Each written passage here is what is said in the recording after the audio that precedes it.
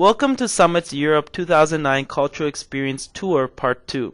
안녕하세요. 저는 아이들과 공부하고 함께 유럽 여행을 가는 Summit Academic 데니서 선생님입니다. Last spring, Summit traveled to the United Kingdom, France, Germany, and Austria to discover medieval Europe's great power. This year we want to discover the roots of Europe. We'll be first starting in Italy, also known as Italia. The first city is Rome. Rome is the capital city of Italy, and Rome's history as a city spans over 2,500 years as one of the founding cities of Western civilization. Then we move on to Napoli, also known as Naples. The city is known for its rich history, art, culture, and gastronomy, playing an important role throughout much of its existence. We then move to Pompeii. Pompeii was destroyed and completely buried during an eruption of the volcano Mount Vesuvius.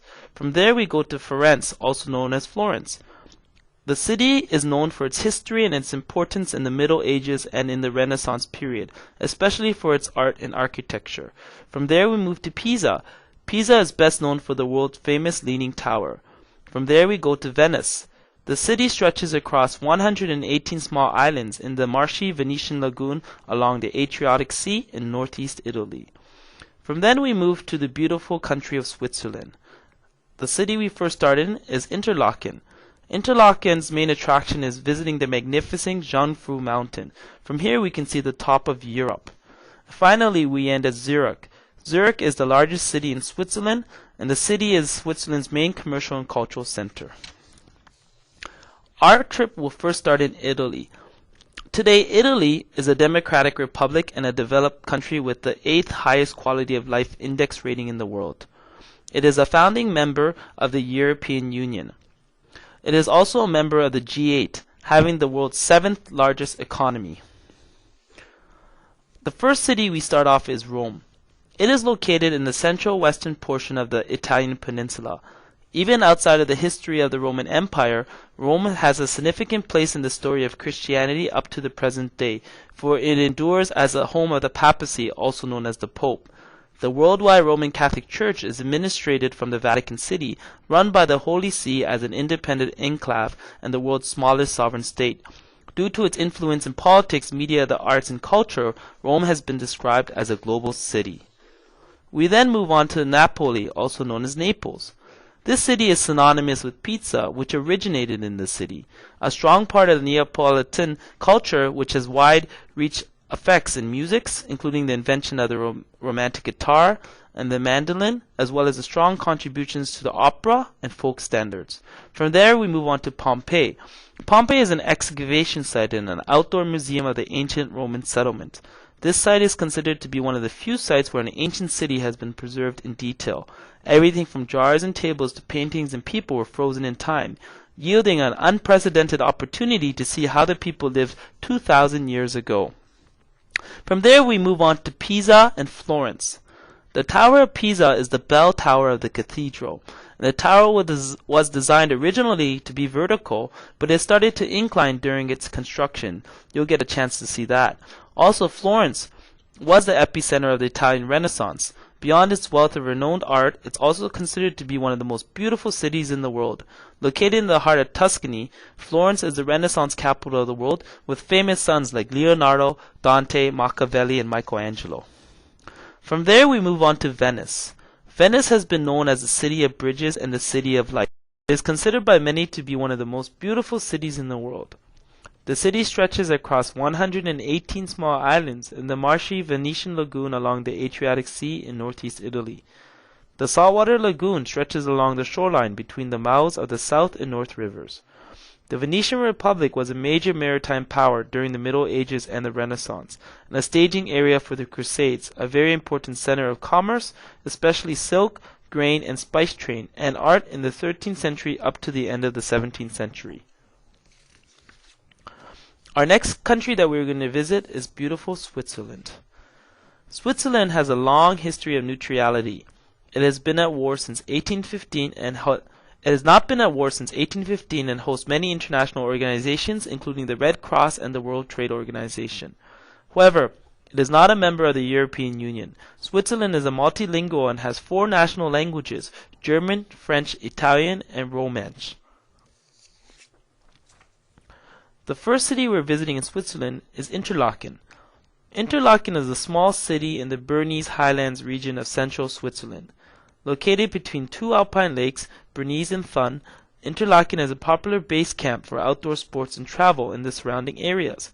Interlaken is the starting point to Jungfraujoch, which will be taking a 2.5-hour train ride to the top of Europe. From here you can see all of Europe. How beautiful. Our last destination and departure point will be Zurich. Zurich is the largest city in Switzerland. The city is Switzerland's main commercial and cultural center and sometimes called the cultural capital of Switzerland. Zurich can be counted as one of the world's most preeminent global cities, and according to several surveys, Zurich was named the city with the best quality of life in the whole world. This is how our European trip timeline will look like. During March break on Friday, March 13th, we'll be departing Toronto and arriving in Rome, Italy on Saturday, March the 14th.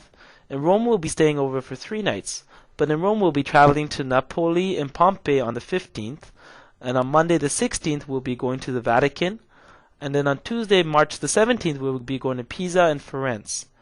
On Wednesday, March the 18th, we'll be traveling to Venice, and then from Venice, we'll be going to Interlaken and Jungfraujoch on Thursday, March the 19th.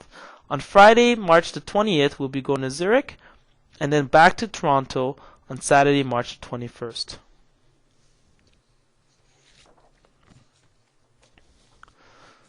Our trip is not just a traveling experience, it's an overall educational life experience. Our educational objectives include that since Europe has contributed to our history and cultural perspective so much, whether it's the use of our calendar, daily politics, philosophy, architecture, art, global village, and economics, at Summit we'll be focusing on the importance of European history and culture and how they affect our daily lives. Let's compare Europe 2008 and Europe 2009 trips. Last spring break, our objective was understanding medieval some of Europe's great power. We experienced the United Kingdom, France, Germany, and Austria. This spring, we want our students to have a more encompassing view of Europe. As a result, we believe it's essential to understand the roots of Europe. We will start our trip where the beginning of many history books do, in Rome and Italy. We plan to experience and learn the importance of Roman influence in Europe and the world. We then move to Switzerland, the pathway to Western Europe. Once thought upon as a necessary obstacle to overcome in order to spread their culture to Western Europe, many empires had to endure these mountainous areas to spread their culture. Hence, it is seen as an important part of European history. Our education plan includes the following. It is mandatory for all participants to attend the Roots of Europe education program, which will take place at Summit 4 weeks prior to our departure. Students will build on their knowledge of European history, politics, economy, culture, and the European Union. While in Europe, Summit students will have both academic and practical experiences.